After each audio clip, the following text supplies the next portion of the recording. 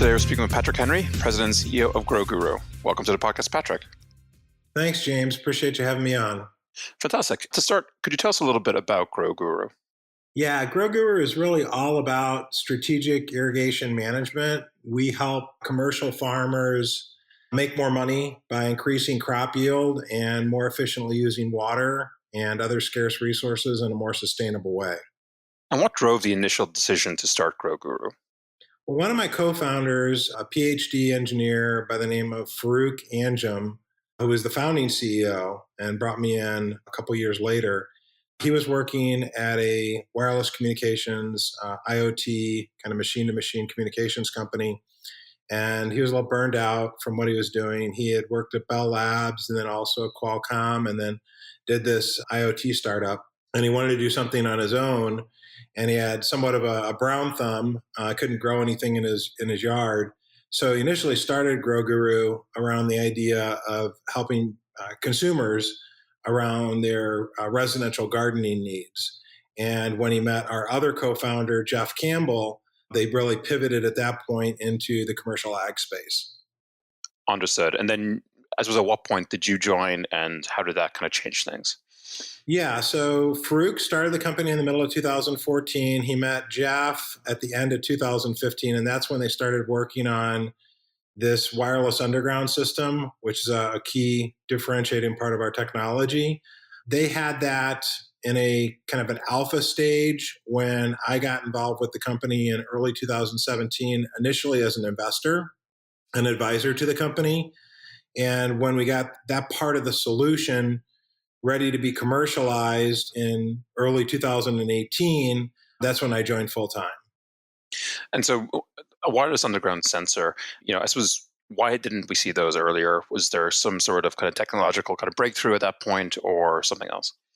Yeah, there are farmers and our competitors that have attempted various different mechanisms for doing this, doing underground cabling in the field, trying other conventional wireless technologies like Wi-Fi and Zigbee and Bluetooth. But there's a real challenge of communicating wirelessly through more than just a couple of inches of soil, especially when you have to communicate through it when it's very wet or very dry, very clay-based, very sandy. There's a lot of variability. So Jeff had an idea that was really, he was in a field, knee deep in mud in a cornfield trying to do the cabled method. And he's just, there's got to be a better way. So he had a background in soil sensor technologies. He developed a number of soil sensors over the years, but he's also a PhD physicist. So he was really the brainchild behind the wireless underground system, which probably the best way for a layman audience to think about it is like NFC on steroids, so near field communications on steroids, where we've developed a technology that can communicate through multiple feet of rock, soil, concrete, whatever. But you have to do it in a very small form factor. You have to do it with low power because you have to have multiple years of battery life. There is no solar available underground, so you have to operate on batteries. And you have to have a reasonable range. So, a lot of technical challenges associated with it in terms of getting all of those things accomplished. So we ended up filing a U.S. utility patent on that was granted last December, so about a year ago. And we've got a number of other patents around that basic technology that are also pending. Yeah, that's fascinating. We actually had a conversation with a previous founder at a company called CoInspect, quite a different company, but they are basically pivoting to work on IoT sensors for checking the temperature of large industrialized fridges. And up to this point, Bluetooth just didn't work in those fridges in a very similar manner, that it doesn't really work under a foot of soil. And so they're also experimenting with some of these kind of new types of frequency and some of the sensors related to that.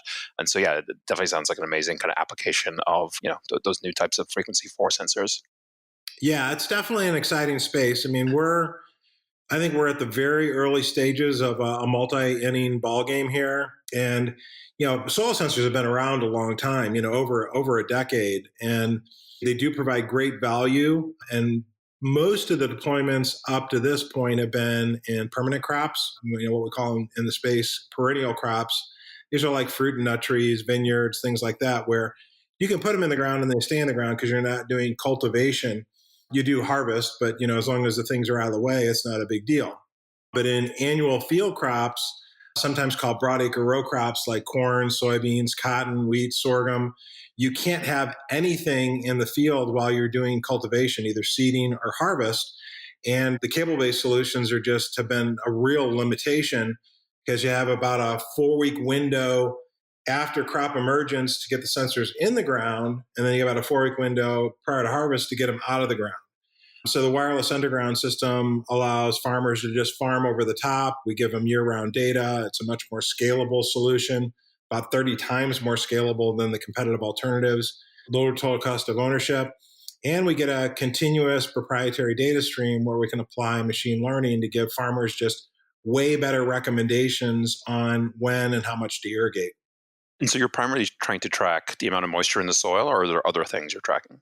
Today, it's primarily soil moisture and soil temperature, although in some cases, we also measure what's called electrical conductivity, which is a proxy for soil salinity. Over time, if there's durable sensors that measure micronutrients in the soil, like nitrates, potassium, or phosphates, they call those NPK sensors, and they could last multiple years, multiple growing seasons, then we could easily hook that up to the wireless underground system. We call it the WUGs as well, and be able to measure those things. But right now, for the most part, it's soil moisture, soil temperature. And then we do bring in other data in our cloud-based solution around weather forecast, crop models, other things that are really important for farmers to make optimal irrigation decisions. And so, I suppose, what's a typical deployment, and I suppose, what is the typical size farm that you're usually working with? We do have a permanent crop business. In the permanent crop business, we do have some smaller farms that are under 1,000 acres.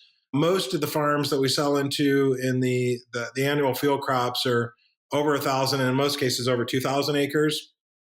So we sell to those farmers through a dealer network, and these dealers can be agronomy groups, farming co-ops, irrigation equipment dealers, irrigation equipment OEMs. So it really depends kind of region by region who's the best in class distributor for us in that area.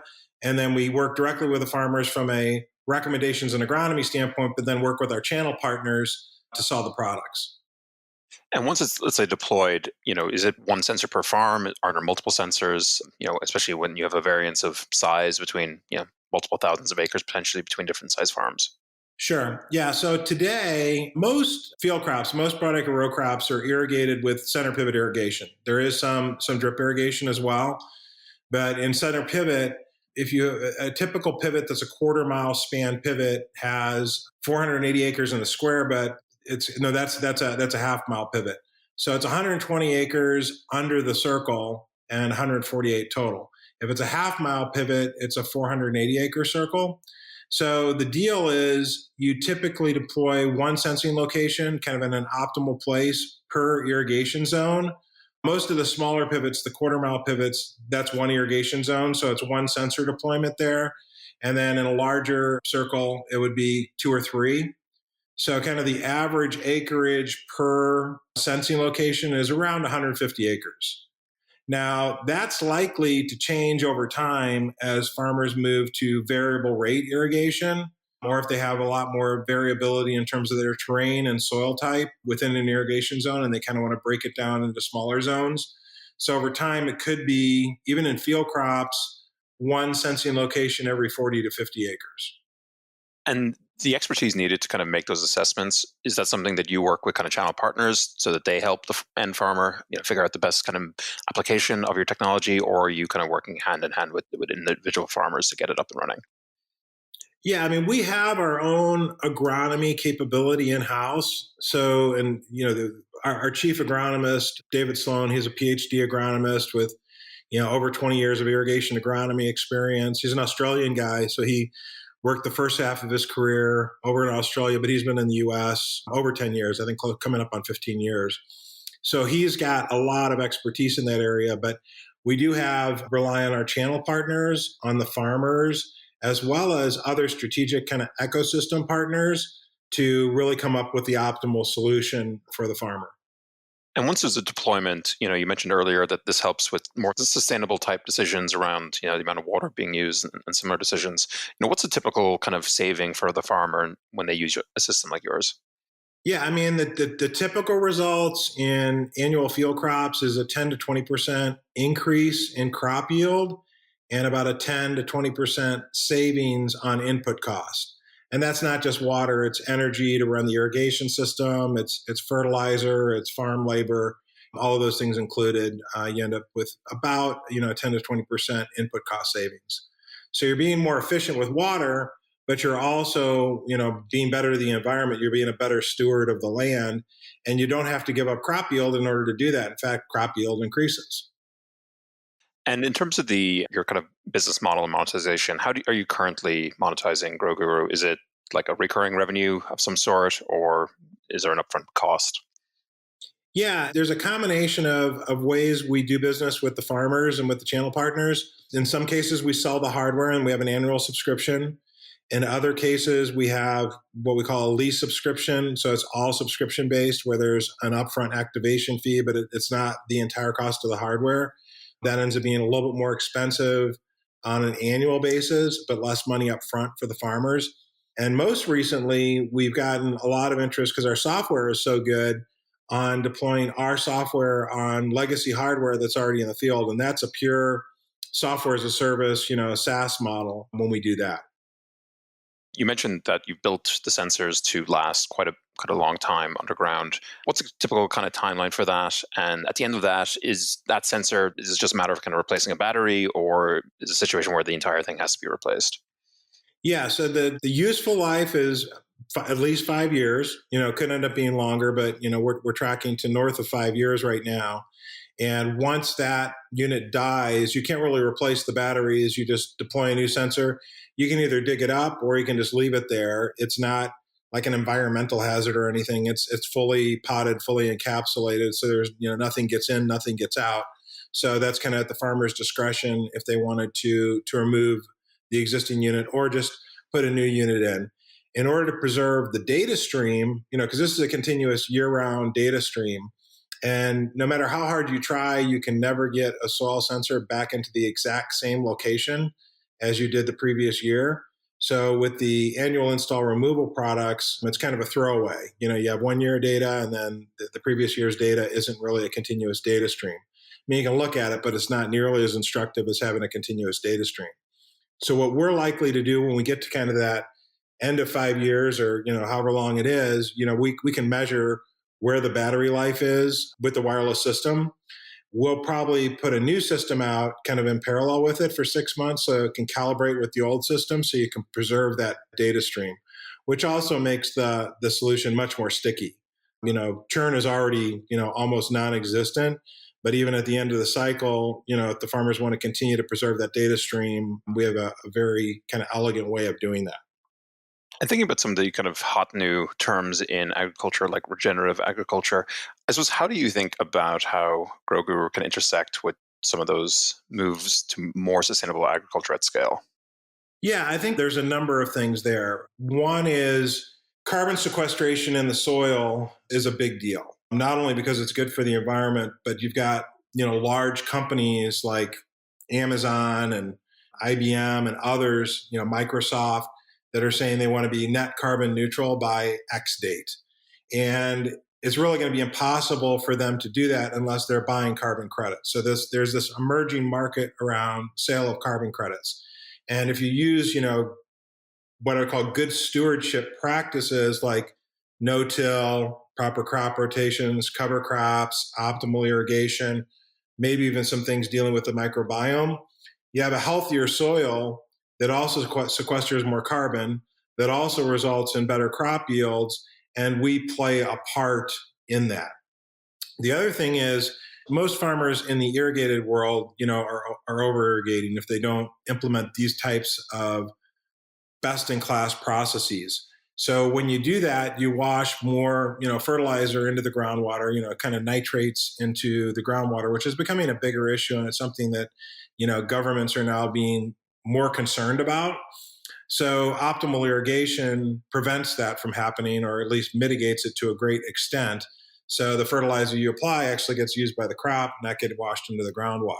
And then the final area is just optimal irrigation. There's a limited amount of fresh water in the world, And if you're more optimally irrigating, obviously there's some sustainability aspects to that as well. Understood. And just because you mentioned those kind of carbon sequestration markets, there's a couple big companies, Indigo Ag, smaller companies like Nori, and then the very large agribusinesses are also playing in that space. I saw an announcement a few months ago about a USDA, I believe, grant running in the kind of $15-20 million kind of range for in-ground soil carbon sensors. Are you familiar with that kind of RFP request from the US government? And if so, how do you kind of think about those type of in-ground sensors intersecting with what you've already built?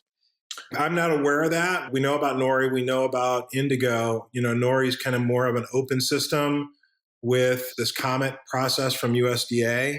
So they've got models for doing some of these measurements. So far, this hasn't been a really kind of the main factor for adoption of our technology. What we're really, the big selling point for us is we're improving crop yields. So then the farmer also sees other benefits over time. But as these markets emerge for selling your carbon credits, I think that that's something that's going to be interesting. And if that requires a sensor technology and that sensor needs to be buried underground and stay there for years, it's a total complement for the wireless underground system. As is the yield piece is, there's a lot of kind of conversation around sustainability on the environmental side, and it's definitely something I'm pretty passionate about. But the sustainability around, like farmers being able to actually have a sustainable business, such Yeah. as it is also pretty important. And one of the threats from regenerative ag is you'll definitely have, in most cases, some sort of drop in yield for a year or two. And so systems like yours can kind of counteract those yield drops. That also makes it more compelling for farmers potentially to get involved in regen ag. Yeah. I mean, you definitely see that with no-till. You get bigger benefits longer term, but the first couple years, you might see a drop off. But there's other things that you can help to mitigate that drop off. Some of it would be what we do in terms of these irrigation practices, implementing more best-in-class irrigation practices. Farming and agriculture historically hasn't been regarded, rightly or wrongly, as like a very kind of high-tech industry. How open are kind of farmers to the kind of technology that you're developing and have developed to these brand new ways of measuring data? Yeah, I mean, if you look at it kind of in an industry to industry comparison level, definitely agriculture has been a laggard in terms of adopting digital technologies. That said, farming is hard. And the application of technologies, if they're reliable, if they help the farmer, save money and they have or make more money, so they have a good ROI, especially if they have a relatively short payback period, less than one growing season, ideally, are things that farmers will definitely consider. And if it solves a big problem for them, that's a huge headache, whether in terms of efficiency or other areas, they'll also be willing to look at it. Now that said, they're not going to just make a whole scale conversion to a new technology. They'll try it out, try a few units, works, the next year they'll try, several more. And within 3 or 4 years, you might have a complete conversion. So it's not the same as, I wouldn't say selling to farmers is something that has great virality. So you're not Sure. going to get, this viral effect in the agriculture industry. But what you will do is, there's a big trust factor with farmers. So as you're delivering and as your systems are reliable, they're going to stick with you. I mean, for the most part, they're very, very loyal to suppliers that, are good kind of trusted advisors and provide reliable technology that have good ROI and a great payback period. Yeah, that word of mouth is particularly important in the future when we're back to a lot more in-person meetings. That's kind of lifeblood of a lot of the kind of farming communities. I've said this before on the podcast. I actually grew up on a farm in Ireland back in the day, and it was much smaller scale than typical kind of US, corn or soybeans setup. But a lot of very similar kind of cultural elements to every other kind of farmer I've spoken to. Thinking about the kind of competitive kind of nature of all the other kind of agribusinesses and offerings for farming in the United States, you have a lot of kind of large monopolists of various types coming. A lot of them coming from chemical supplies, supplying the Monsanto's buyers of the world. What is your kind of general view on how to kind of navigate that competitive space? When to select particular companies as channel partners versus to kind of directly compete against them? Yeah, so I mean, we don't really perceive ourselves competing against, a John Deere or a Bayer or, a Corteva or a Syngenta. And let's say deer is a different case. Let's look at the big seed and pesticide companies. They, in order to develop a new seed, it's like 80 to $100 million. In order to develop a new pesticide, it's, I don't know, 120 to $150 million. You can look up the data, but it's big numbers. So when you have a whole corporation and you're doing billions of dollars in revenue, the way you make R&D decisions is completely different than an innovative startup. Same way with a John Deere or any big company. So, and this would also be the case with the big data companies like a Microsoft or an Amazon or a Google or an IBM. Big companies don't want to do all the painstaking, ridiculous work that is required to do the type of innovation that's necessary in an emerging market opportunity. What they want to do is let people like me and my co-founders do that kind of ridiculous, painstaking work, get it completely proven out, have it deployed at a reasonable scale, and then bolt it onto their ecosystem or their channels. This is kind of like the old Cisco strategy when they would buy companies. Let somebody else do the ridiculous stuff, and then we'll just bolt it onto our channels and 10x the revenue overnight. So, and it's a similar thing for a John Deere. Even though John Deere is in irrigation monitoring, their primary focus is to sell more hardware. In fact, even the big irrigation equipment companies like Valmont and Lindsay and Ranke, their goal is to sell more hardware. They are doing more IT services, but it's IT services in order to supplement hardware sales. So we're an agnostic player in the market. We're agnostic from a soil sensor standpoint. We're agnostic from an irrigation system standpoint. And what we're really trying to do is provide a best-in-class irrigation management solution where the farmer is currently looking at 4 different screens and has a yellow pad out just to manage irrigation, not to mention all the other really difficult challenges they have in managing a farming operation around finances and around grain storage and around what hybrids they're using and what pesticides and what herbicides they're using. So anything you can kind of do to kind of help the farmer make more money and simplify their life has value.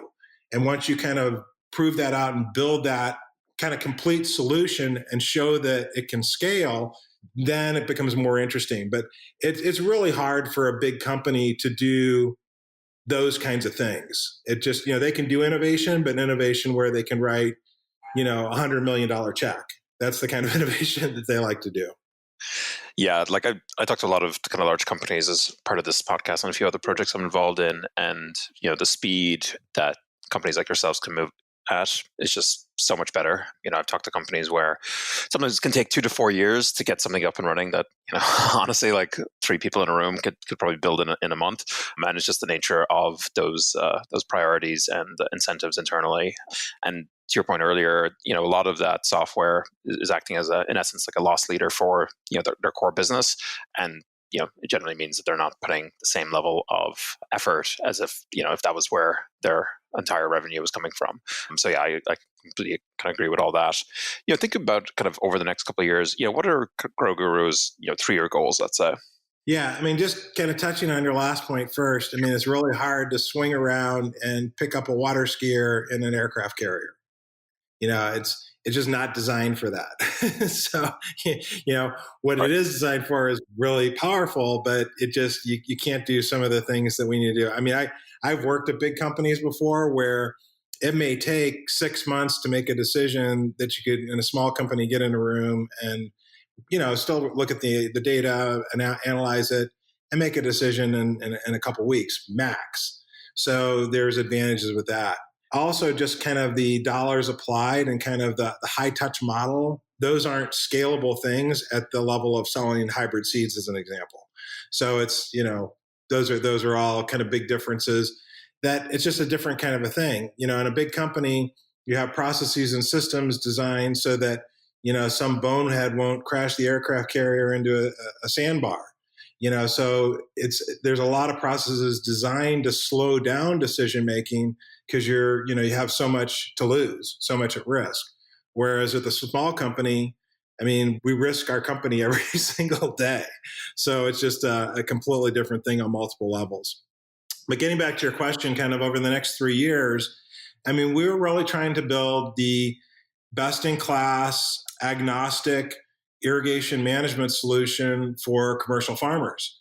And, initially in the irrigated space, but I think there's a lot of things that we're doing that add value even in the rain fed, what they call dryland farming market, especially if there's deployment of drainage systems.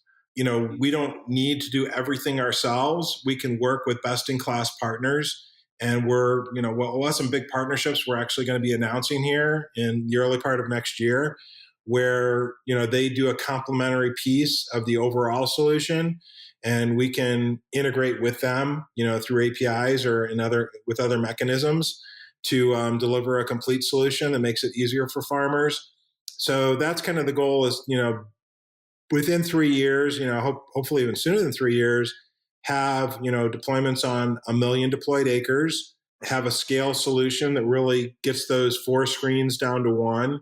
Instead of having the yellow pad, maybe there's a sticky note app that you have in there where an agronomist can weigh in and give you like little insights and recommendations. Really start having deeper penetration in the US market and start, some global penetration as well.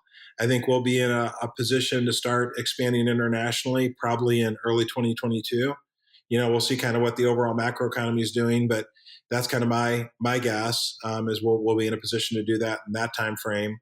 Yeah, I think that, we're in this to build a real business and a real company. It's not kind of a quick flip, but ultimately I think there's going to be incredible value in what we have, not only to the traditional ag players, like the farm equipment guys and the farm input guys, but I also think the big data guys, when you have a proprietary data stream on greater than 1 million acres, that starts getting really interesting for those guys that are today kind of nibbling around the edges of agriculture, but not really in it in a bigger way. Yeah, that's fascinating. I think that API approach, I think, is definitely the right approach in this space because, again, like trying to directly compete and add, to your point, the 5th or 6th dashboard.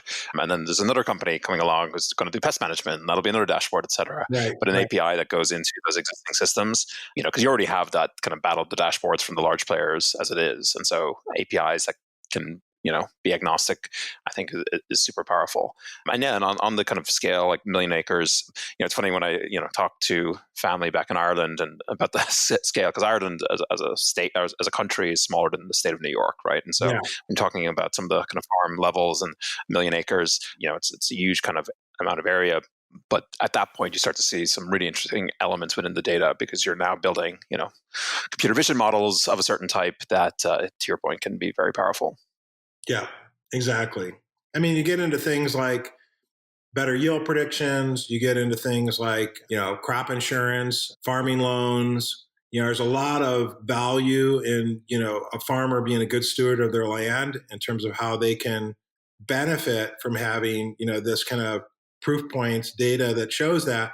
But also, there's big organizations that do things like yield predictions and stuff like that. And today, the yield predictions are significantly off, to be honest. I mean, there's, as an example, a weed looks just as vigorous as a crop from a satellite image.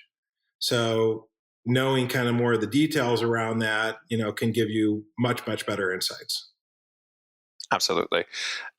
Obviously you're very knowledgeable about ag tech, but I believe before you joined GroGuru, that was not something that as much in your kind of background. So how did you kind of build that knowledge of the ag tech landscape and agriculture in general? Yeah, I mean, I'm a tech guy, but I've been in various different parts of tech, and I'm an engineer by training, and I haven't done any software coding or design work for quite some time, but I've got kind of that natural curiosity and a framework for learning new technologies and new scientific things, and I've got a business degree, I've got an MBA, but I've been doing this a long time, and whenever you get into kind of a new area of tech, you have to dig in and you surround yourself with really intelligent people like I have with, Farouk and David Sloan and Jeff Campbell, who are all super knowledgeable. And David in particular has a lot of domain expertise in agriculture. I talk to farmers. I talk to our channel partners. I read articles, I read books, I do everything I can to kind of really immerse myself in this and try to truly understand it. And how does this apply to what we're doing And then also, what can we do to be a better servant to our farmer customers? What we need to make things that are easy to use, easy to sell, and really solve big problems in an efficient way. When you do that, instead of trying to shove technology down a customer's throat, you usually have a better success and a happier customer. So that's what we try to do. And I think in the past, you also wrote a book about raising venture capital. Could you tell us a little bit about that? Yeah, sure. So my background is I worked at larger tech companies for the first, I guess, 15 years of my career, and I've been running technology companies for the last, second half of my career. So I've run 4 different technology startups. I've had a couple of exits, including an IPO that led to a $1 billion valuation. And in that process, I've raised a lot of money, some public money. Obviously there's more money in the public markets, but I've probably raised over $200 million in equity capital for my companies, and transacted over $1 billion of M&A transactions, both on the buy and sell side. So you kind of learn a lot when you're around a long time. After I sold my last company in 2014, I started, first I just needed a detox from running a public company for 7 years and all the ridiculousness and navigating through the downturn and all those kinds of things. So I started, just coaching young entrepreneurs and writing a blog at a blog that I did, and did some podcasting. And I said, hey, there's enough information here where I could actually put a book together. So I ended up writing a book. It's called Plan, Commit, Win, 90 Days to Creating a Fundable Startup. And it really focuses on when you're ready for that first round of venture capital. GroGuru, since I've joined, has been earlier than that. I mean, we're further along in terms of market traction, but the venture capitalists have moved downstream in the last 15 years, and they're not really doing. They may say they're doing seed, and they may say they're doing Series A, but they're really doing growth capital, which makes sense. I mean, if you have a $1 billion fund, unless you can write, a 20 or $30 million check, it's hard to grab the attention of a partner of a venture capital fund. So there are some more niche ones that might write a $5 or $10 million check. So maybe they would do some level of Series A. But up to this point, we've been raising money at GroGuru with high net worth individuals, as angel investors, family offices, a couple of agtech accelerator programs. And that's how we funded the company, and of course our own money. So that's kind of what we've been doing up to this point. But Plan, Commit, Win is really, how do you not only build a fundable company, which is the way you build a fundable company isn't like putting a pretty pitch deck together. It's actually having the fundamentals of what a successful company looks like. So a lot of it is kind of the fundamentals you want to put in place to have a successful business, a successful company that is backable by kind of venture money. And it's not really as applicable. Probably about half the book is still applicable for what I would call kind of lifestyle businesses, solopreneurs, in terms of business modeling, business planning, some of those kinds of things. But then there's another aspect of it on how you attract outside capital. That's very interesting. I talk to a lot of even pre-product, pre-revenue founders in my day-to-day. One of the things I think a lot about and I talk a lot about is, especially to a certain kind of level of founder who, just wants to raise on the basis of a two slide pitch deck, is when you're kind of raising money, you're looking for the investors looking to de-risk their investment, right? So they're looking at the team, they're looking at traction, they're looking at all the usual kind of indicators of de-risking an investment. But what I always kind of say to other founders is like, have you de-risked this investment from your own point of view, right? If you're trying to test a particular, or you have a belief about your go-to-market, how have you validated that in any way? Like, leave aside the question of fundraising. It's just like, you're planning to spend, in theory, maybe a decade or more of your life on this project. Spend the 2 to 3 weeks. Sometimes it takes only that to kind of validate a go-to-market strategy or validate some version of the product. And so I'm very excited to kind of read your book, but like, I think there's a lot of kind of parallels in terms of that kind of model de-risking, both your own kind of approach as well as the potential future investors' approach. Yeah, no question about it. And a lot of people don't understand that it's a obvious but subtle aspect of things. Is there's multiple areas of risk, and how do you assess risk, and then how do you mitigate risk? And there's market risk and technology risk, and there's things that are completely outside your control, like the macro economy. But the things that you can kind of are in your circle of influence, or maybe even your circle of control, that you can help maybe not remove but significantly mitigate. that becomes really important. And as you do that, your company becomes more valuable. Yeah, absolutely. And so then thinking, about I suppose your kind of background and how you kind of ended up here, if there was other startups kind of wanting to enter the ag tech space, is there any kind of general advice you'd give those, particularly people who potentially don't actually have that much of a kind of agriculture or food tech background? Yeah, I mean, the first thing about getting involved in any kind of early stage company is, and it's hard to explain this to somebody that hasn't done it before, but it's ridiculous. It's painful. All It's right. challenging. I mean, it's kind of the stupid level of ridiculousness. And I think Steve Jobs has talked about this some, but unless you've actually done it, and I've done it a few times, it's just most people are unwilling to do the things that are necessary to build a successful company. Everybody wants the sexiness. I guess it used to not be sexy to be an entrepreneur because you're basically unemployed. But now there's all this sexiness around being an entrepreneur. And it's not very sexy. It's mainly, shoveling shit, pardon my French. It's doing all the hard work and then sticking to it. I mean, most startups fail because people quit too soon. And if you're always quitting, you're always starting over. So you're never getting to that next level of learning.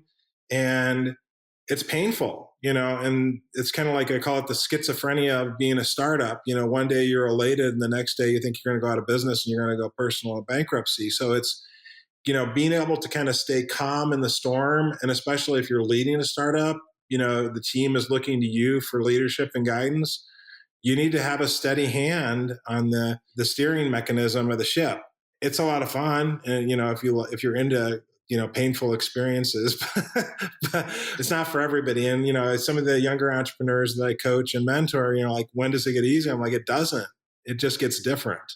Then it's particularly in food and ag tech.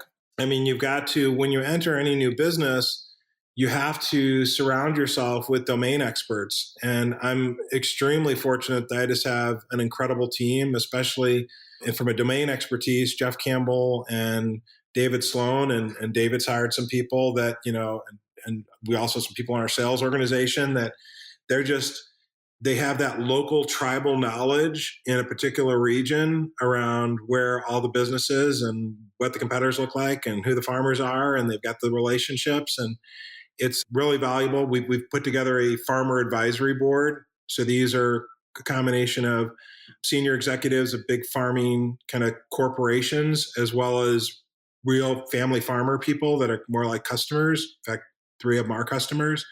So they also are a great source of information and guidance. And then, like I said before, you got to read stuff, you got to listen. I think a lot of entrepreneurs ask questions and then they don't listen to the answer. They're just looking for confirmation bias. And you really got to pretend like you don't know and actually listen as if you didn't know in order to really kind of get knowledgeable about a new space. That's great advice. And I definitely can strongly vote for all of that. Well, thank you, Patrick. I really enjoyed the conversation. Is there anything I should have asked you about, but I did not?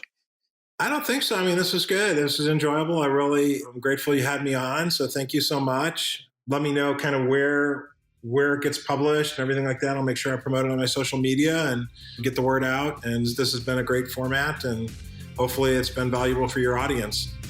Thank you so much.